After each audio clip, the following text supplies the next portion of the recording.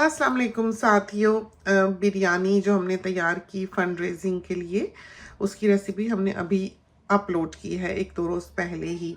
और जब हम उसको एडिट कर रहे थे तो हमें अंदाज़ा हो रहा था साथ साथ कि कितना कुछ ऐसा है जो हम इस क्लिप में बता सकते थे, जो कि साथियों के लिए फ़ायदेमंद साबित होना था। लेकिन आप तो जानते ही हैं, वो बनानी थी और फिर लेकर जानी थी। कोई यहाँ से 1.5 घंटे से ज़्यादा की तो ड्राइव ही थी जहाँ हमने लेकर उसे पहुँचना था।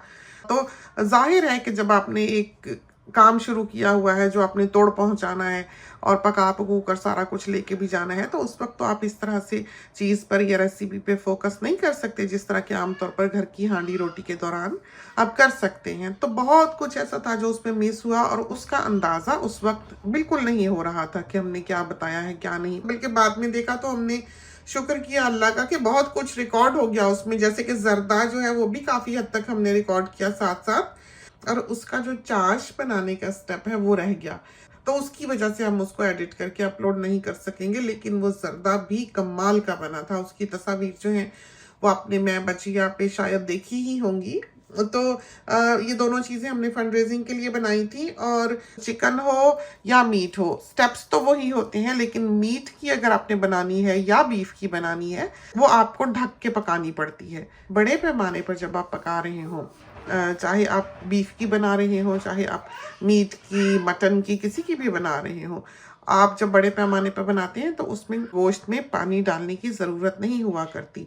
2 किलो से ज़्यादा अगर गोश्त है तो आपको बिल्कुल पानी डालने की ज़रूरत नहीं है। जो बीफ है उसको तो आप देख लें कि आपने आँच कैसी रखनी है। जो लैम और गोट है उसके लिए आपको ये देखने की इतनी ज़रूरत नहीं होती कि आँच कितनी है। तो बीफ की आँच ज़रा धीमी रख दें, क्योंकि बीफ को ज़्यादा टाइम लगता है। अगर आपने 2-4 किलो पकानी है तो लो मीडियम आँच पे आप उसको ढक के रख छोड़ें। वो खुद ही पानी निकालेगा, खुद ही बड़ा अच्छा गल जाएगा। और बीफ का भी ये होता है कि किसी पोर्शन का तो बहुत जल्दी गल जाता है और किसी पोर्शन का जो है वो घंटों लगा देता है गलते गलते, और उसमें जायका भी नहीं होता। जो बहुत जल्दी गल जाने वाला गोश्त भी है उसमें भी इतना जायका नहीं होता। तो कोई कोई पोर्शन ऐसा होता है या कोई कोई जानवर ऐसा होता है जिसमें जायका होता है। कोई कोई जानवर ऐसा होता है, चाहे एज कुछ भी हो, उसके गोश्त में जायका होता ही नहीं है। तो ये बाहर के ममालिक में ये इश्यू जो है, ये तो हम सभी बहुत फेस करते हैं, खासकर वो लोग जो फेमिलियर हैं इसके असल टेस्ट से, या जानते हैं, समझते हैं। जैसे तबीयत होती है, वैसे हमने देखा इंसान की कि कुछ लोग तो हर चीज़ खा लेते हैं। जैसे नमक हो सालन में चाहे ना हो, फीका हो, ज़्यादा हो, उनको पता ही नहीं चलता, वो खा खू के चले जाते हैं। लेकिन कुछ लोग जो है वो छोटी छोटी चीज़ पे बहुत पिकी होते हैं, बहुत उनको तंग करती है वो चीज़, और उनकी तबीयत में एक इज़्तिराब होता है, समझें, जो उनको जीने नहीं देता है। तो हम भी हैं कुछ चीज़ों के लिए, लेकिन इस तरह नहीं कि हर चीज़ में ही कोई ना कोई इशू जो है वो हमें नज़र आए, इस तरह की नहीं है। तो ये जो चिकन हमने यूज़ की है, ये बड़े साइज़ की चिकन्स थी। आपको ड्रम स्टिक देखकर अंदाज़ा हो जाएगा कि कितनी बड़ी चिकन का साइज़ था जो हमने इसके लिए कटवाई है। कितनी चिकन्स हैं ये तो हमको पता नहीं, लेकिन हम पैकेट बनवा लेते हैं। जैसे एक चिकन के 2 पैकेट बनवा लेते हैं, और वो अच्छा खासा पैकेट होता है। जैसे पूरी फैमिली 2 बार खा ले तब भी चिकन की बोटियां जो हैं वो बच जाती हैं, तो थोड़ा नहीं होता। तो ये कटोरा जो है ये बहुत बड़े साइज का है। ये वीडियो में देखकर आपको अंदाज़ा नहीं होगा कि ये कितना बड़ा है। तो चिकन के लिए जो सबसे ज़्यादा हमें फ़िक्र होती है वो ये होती है कि वो स्मेल वाली ना हो। वैसे तो जो गोश्त की स्मेल होती है, फ़िश की होती है, चिकन की जो स्मेल होती है वो होती ही है। लेकिन एक ख़ास किस्म की स्मेल होती है, हमें लगता है, जो इसके फ़ैट में से आती है। और जो शायद इसको दाना डालते हैं उसकी वजह से उसके फ़ैट में वो स्मेल जो है होती है, एक हमक होती है जो बहुत अजीब सी होती है। और वो बहुत ज़्यादा आती है जब आप चिकन का शोरबा बनाएं। क्या पतला रनी सालन अगर बनाते हैं, शोरबा बनाते हैं, तो उसमें से वो स्मेल सबसे ज़्यादा आती है। और फिर सेकंड टाइम वो गर्म करने पे सबसे ज़्यादा आती है कि आपने दोपहर को तो खा लिया ताज़ा ताज़ा बना के, लेकिन शाम के वक्त जब आप उसको गर्म करेंगे तो उसमें से एक स्मेल उठी होगी, वो फिर आपसे जो है नहीं खाया जाएगा। कुछ लोग होते हैं जो इन चीज़ों की तरफ ज़्यादा तवज्जो नहीं देते, चिकन है तो खा ली बस। कुछ लोग ऐसे होते हैं जिनको पता लगता है, कुछ लोग ऐसे हैं जो आदी हो चुके हुए हैं। उन्होंने इस स्मेल को चिकन का ही एक हिस्सा मान लिया हुआ है और उसके साथ गुजारा करना सीख लिया हुआ है, ज़िंदगी को आसान कर लिया हुआ है। लेकिन हमसे ये नहीं हुआ। तो चिकन हमेशा ऐसी लें जिसमें स्मेल ना हो। अब ये बात हम आपको नहीं बता सकते कि कौन सा ब्रांड है, क्या है, कहाँ की सप्लाई है, इस चीज़ का तो हमें पता नहीं होता। जब आप चिकन देखें कि वो स्मेली है तो वो ब्रांड आप ना लें, उस जगह से ना लें, दूसरी जगह से लें। जब आप बुचर्स बदलेंगे, डिफरेंट बुचर्स ट्राई करेंगे, तो आपको कहीं ना कहीं से अच्छी चिकन जो है वो मिल जाएगी। बहुत बेहतर मिल जाती है, काफ़ी अच्छी मिल जाती है। जैसे ये चिकन जो है इसमें बिल्कुल बू नहीं है। फिर आपने पकाना क्या है, सबसे ज़्यादा जो स्मेल आती है वो चिकन के शोरबे में से आती है। कि वो चिकन अच्छी हो तो बस क्या कहने, कि आप उबले हुए चावलों के साथ वो पतला सा रनी शोरबा बना लें या आप नान के साथ ही खा लें तो बहुत ही लजीज लगता है, बहुत ही मज़ेदार लगता है। लेकिन अगर स्मेल है तो फिर तो खाना मुश्किल होता है। और उस दिन तो खैर बहुत ही भागम दौड़ी थी, जाहिर है इतने बड़े पैमाने पर बनानी भी थी, लेके भी जानी थी, थक थक के शाम को वापस आए। और सुबह के जागे हुए थे, एक दिन पहले पकाना शुरू किया। जो चिकन वगैरह है वो तो हमने शाम को बनाई थी और दम हमने फिर सुबह किया था। सुबह भी सर्दी इतनी थी कि कोई हद नहीं। शुक्र है अल्लाह का कि हमारे पास वो प्रेशर बर्नर है, जिसकी वजह से ये सारा कुछ जो है हम आसानी से कर पाते हैं। तो बिरयानी की बात तो हमने इसमें करनी ही है, हमने बताना ही है। जो ये क्लिप हम बनाने भी लगे हैं ये इसी वजह से लगे हैं कि बिरयानी को जब हमने फिल्म किया है तो उस वक्त तो बहुत भाग दौड़ थी कि बस हमने मोटी मोटी चीज़ें जो हैं वो भी अल्लाह जाने किस तरह से रिकॉर्ड कर ली और हो गई, और शुक्र है कि वो रेसिपी जो है वो अपलोड की गई। लेकिन हाल कोई नहीं था कि क्या उस वक्त हम बताएं और क्या सिखाएं और क्या समझाएं और क्या दिखाएं और क्या फिल्म करें और कब बटन दबाया और कब नहीं दबाया हमने फ़ोन का। तो जो बिरयानी हमने बनाई वो हमने दिखा दी, रेसिपी सिखा दी। जब हम उसको एडिट कर रहे थे तो हमें अंदाज़ा हुआ कि कितना कुछ और ऐसा है जो हम अपने साथियों को बता सकते थे। उसके अलावा ये क्लिप जो है ये हम छोटा छोटा सलीका के तहत ही अपलोड करेंगे, क्योंकि इसमें और बहुत सारी चीज़ें ऐसी हैं जो हमने आपको काम की बतानी है, जो कि आपके लिए फ़ायदेमंद साबित होंगी।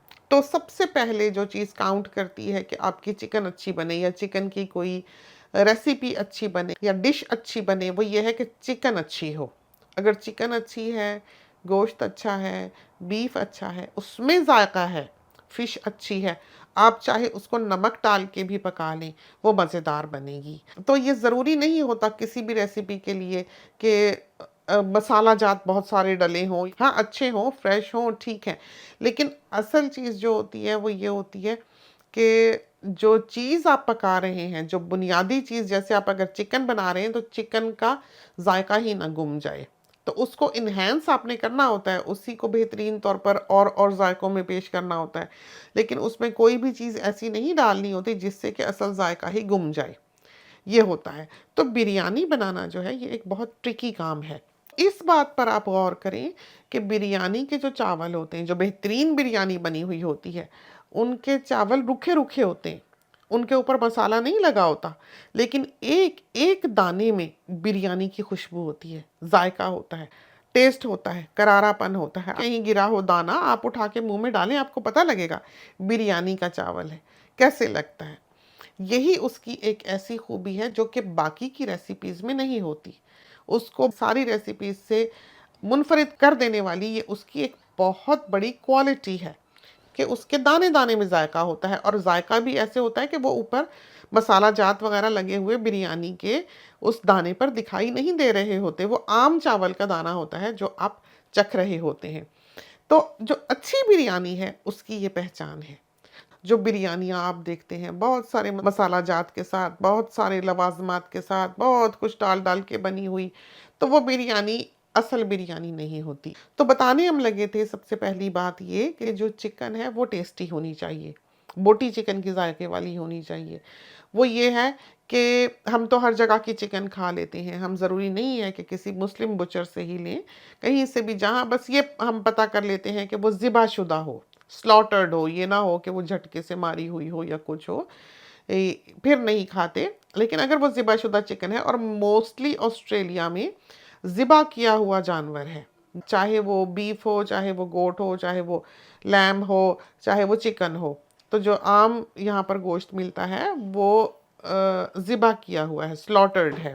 तो अल्लाह का नाम लेते हैं, धोते धाते हैं, कलमा शलमा पढ़ लेते हैं, जब पकाने लगें तो खा लेते हैं।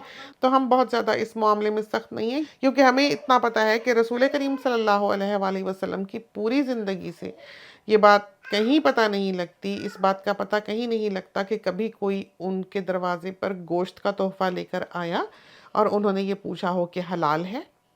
ये नहीं था, क्योंकि अरब में जानवर को ज़िबा करने का रिवाज था। और उस वक्त तो हैंडफुल मुसलमान थे, जिस वक्त रसूल करीम सल्लल्लाहु अलैहि वसल्लम का जो दौर है उसमें तो थोड़े थोड़े मुसलमान थे, बाकी लोग तो दूसरे ही थे ना। और उस ज़माने में ये रीत थी, उसमें उस वक्त कोई फ्रिज वगैरह तो हुआ नहीं करते थे कि आप गोश्त जो है वो फ्रिज में रख लें। उस वक्त तो यही होता था कि उसने बकरी ज़िबा की तो 4 घरों में भेज दिया, दोस्तों को, जान पहचान वालों को, अजीज़ों को भेज दिया।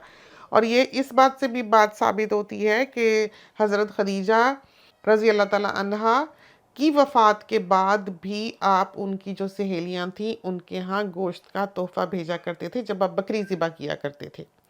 तो ये चीज़ उस ज़माने की एक रीत को ज़ाहिर करती है। ये बात एक बहुत मशहूर बात है। फिर वो वाक़या जहाँ उनको ज़हर देने की कोशिश की गई थी भुने हुए गोश्त में, अब वो पकाने वाली जो थी वो मुसलमान तो नहीं थी, जो रसूल करीम सल्लल्लाहु अलैहि वसल्लम खाने लगे थे, वो गोश्त खा ही रहे थे ना। तो वो गोश्त जो था वो हलाल तो नहीं होगा, जाहिर है वो तो मुसलमान का पका हुआ नहीं था। तो ये बातें हमने इसलिए बताई कि हमारे नॉलेज के मुताबिक कि पाक है, तैयब है, साफ़ सुथरा है, धुला हुआ है, ज़िबा शुदा है, आप अल्लाह का नाम लें, आप खा लें, उसमें कोई हरज नहीं है। वैसे देखा जाए तो हमारी कौम तो हलाल हलाल करके गधे भी खा गई है, तो इसमें कोई ढकी छुपी बात नहीं है। बहुत सी दुनिया है, बहुत से लोग हैं जिन्होंने गोश्त खाना ही हमारे यहाँ छोड़ दिया हुआ है कि सामने गोश्त ज़िबा हो, बकरा ज़िबा हो तो फिर वो बेचारे खाते, वरना ख़रीद के नहीं खाते डर के मारे कि पता नहीं किस चीज़ का हो। तो ये चीज़ जो है, जो कंडीशन है हलाल की, वो उसका पाक, तैयब, साफ़ सुथरा और ज़िबाशुदा होना है।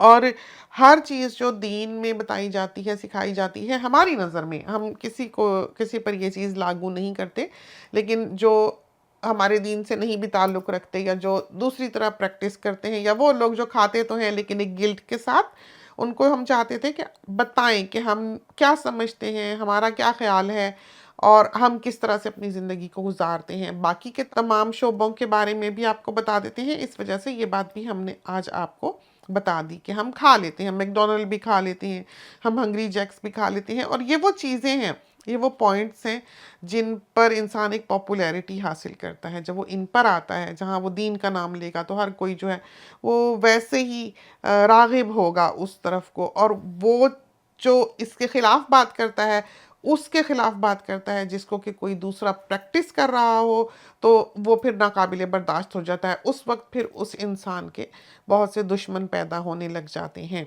तो हर शख्स का दीन, हर शख्स का बिलीफ, हर शख्स का फेथ उसके लिए है, उसका जैसे दिल चाहता है वो प्रैक्टिस करे। और ये खुदा, रसूल या भगवान या जो भी आप अपने क्रिएटर को बुलाते हैं, वो किसी की जागीर नहीं है।